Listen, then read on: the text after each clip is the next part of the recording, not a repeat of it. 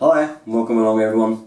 Had a few queries about slow running toilets, that is, they take ages to fill up before you can flush them. And also another one I've had is a roof tank running in slow, so slow that by the time you run a bath off it hasn't caught up and you've got an airlock and so on, and the actual tank valve is filling very slowly.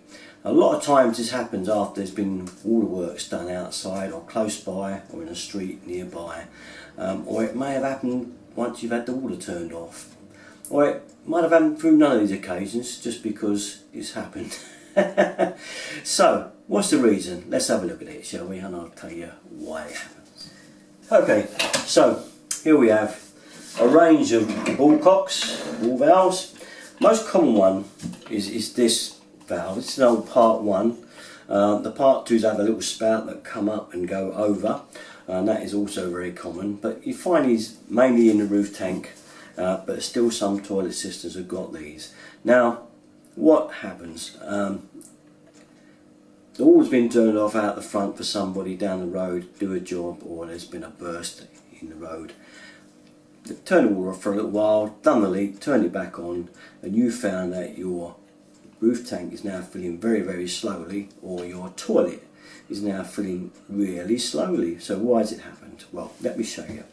This is the part 1 valve, similar to the part 2 with the spouts. As I say, same thing, but they all got the same basic principle in that water comes in here, comes out there. So let's have a look at it. We'll undo the middle connection. If I undo this, you'll see there's a little white seat in there. We call it a seat. It's a seating of the valve, and this is called a high pressure seat. Now if we pop this out like so, pop it out, you'll see that that is it.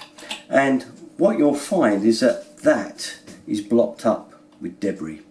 It might be rust, it may be just a bit of any old muck that happens to have found its way up your main. And quite often this happens because you've had a job done out in the street. It may be streets away from you, but because the main's been messed about with, when that first pressure is turned back on, little loose particles come away inside the pipe and they emerge in your house and usually into one of these. So it's very easy to clear, because you can imagine that's blocked up. Just need a little fine needle, anything like that, and just push it through there, and you'll find you can clear the debris out. And then it's literally a case of putting it back. You can see there it's an easy system the way these things work. That arm goes up and that piston moves forward, and it goes against this seating, which stops the water from filling once it's full up. So you can see that there, the way the piston moves. So once that's clear, put it back in there. Okay, now there should be a little fibre washer in there. It will be on yours. This valve's been out of my garage for some time, but there'll be a little orange fibre washer. Put that back on as well, or put a new one on if you're suspect with it. You think it might be dodgy. So there should be a little fibre washer there. And then just literally connect up. That bit will still be in your cistern or your roof tank if you split it. So once that's, if you imagine the pipes coming off the end of there, literally just attach it on again and tighten it back up and turn the water back on. If it does do it again straight away, then you might be advisable before putting it back on just to flush a little bit of water out of it. Just turn it on for a few seconds so it runs. Get someone to turn it on for you. You keep your hand over it and let the water run through for a little while just to flush it clean, and then turn it off again and reconnect it. And once you connect it up again, you'll see the pressure come through again. It will be back as it was before, all running tickety-boo. So that's the metal brass ball cock, but obviously a lot of you in toilets have got plastic ones. So we'll have a look at these here. This is a common type of plastic valve that you will have. Now the spout's missing off of this, but don't worry, there's normally a spout on there, but it's come from my garage again. Same principle, split the nut, there. Okay, now inside that one you'll see it's the same type of idea. We're going to push this forward and drop it out, but this one has got like a little chamber, so it's kind of pulls out like so. See that? It's a little chamber there, and the washer sits in the end of there, and once again when that fills up, a piston pushes that washer and it pushes it against that seating in there. And as you can see, once again we have the same situation of a little seating. You just pop that out. Well, you don't have to take this one out of here actually. You can just clean it through the needle that way and just leave it in there. It does come out if you want to replace it. Just push it out that way, like that. And there's that little washer I was telling you about. On this instance, it's a little black rubber one, but they usually a fibre one on the brass ones. On this particular one, it's a little rubber one. Put it back in there like so, and connecting back into this valve, which is in this instance as that kind of washer. And this could be your type of valve. Put it back in there like so. Line it up with the little slot there, so it goes in. See that? And do it back up. So there's and that again, once again, it's in the system, and we'll line him up with that little slot there. Can you see that little edge there? Line it up with that, and it will go in. There's our little slot there. If you have a look at it there, line that slot up with that one, and put it in. See that? And do it up.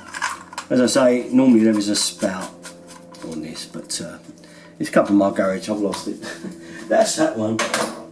Another one you might have is one of these diggity-boo valves. They have a little tube like this goes down the side of them, and quite often these have a pressure reducer in the end of them, like so, like one of these, to cut the pressure down. Now this obviously you can block very easily, as you can see, because that's a tight fit in there. So first thing is to check that first. If it is all clear, then you take the end off, and this end comes off here. You look at this, and this comes away, and this shows this type of arrangement for this valve. It's a different type of fitting valve altogether. Now what you got here is a little pin and rubber washer goes against that seat in there. So what you got is, if this little seat in here is blocked, it's got to come out. So we just tap it out. Now as you can see, there's a little filter there, and that is what blocks. These block a lot of times anyway on that little filter there. So that, just wash that out under a tap and clean it out. And once, you should see that nice and clean in there once you've done it. There's a little pin, a little spike. Be careful with that, and slide it back over the hole and put it back. So we'll do that. I'll put that back in a minute, because it's a bit fiddly to put that one back, and I'll move on to the next one. So leave that one down there out of the way. Now there are plenty of other valves. I'm not covering all of them. I'm just covering the main few. Okay, this one has got its spout. There we are. And this one might be a lot of what you've got. A lot of people got the inlet comes through the bottom of the toilet, up through this spout with a valve that shuts off like so. Once again, if the spout's very slow, you know, it's probably blocked up on the seating. So undo it again, like we showed before.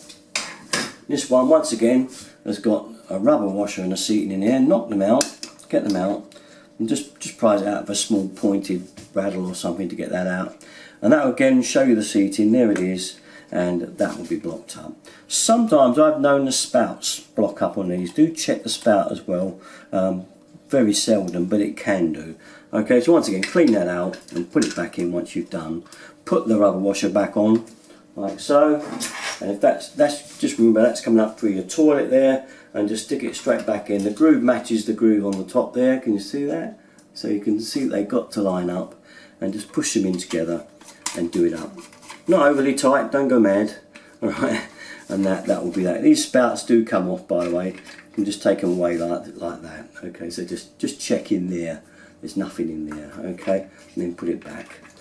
And that is it really. That's the most common types of valves. There are a few other weirdo ones out there. I'm not going to go into all of them, but they're the most common ones that block and cause this slow filling toilet. If you find you've got a filling toilet that is so slow, it drives you to insanity, or your roof tank is just trickling in, it's just kind of not running in fast at all, that will be the problem. The thing is blocked up. Alright, it's pretty simple job to do. No need to call a plumber in. Do it yourself. Piece of cake. Save some money, please. That's what I'm all about, hopefully. Okay, that's it. Just a simple one I was asked about, so I thought I'd do it for you. And that's it. You know where to go for all my stuff. Usual place, Derrick 33. Thanks very much for you guys. Bye bye.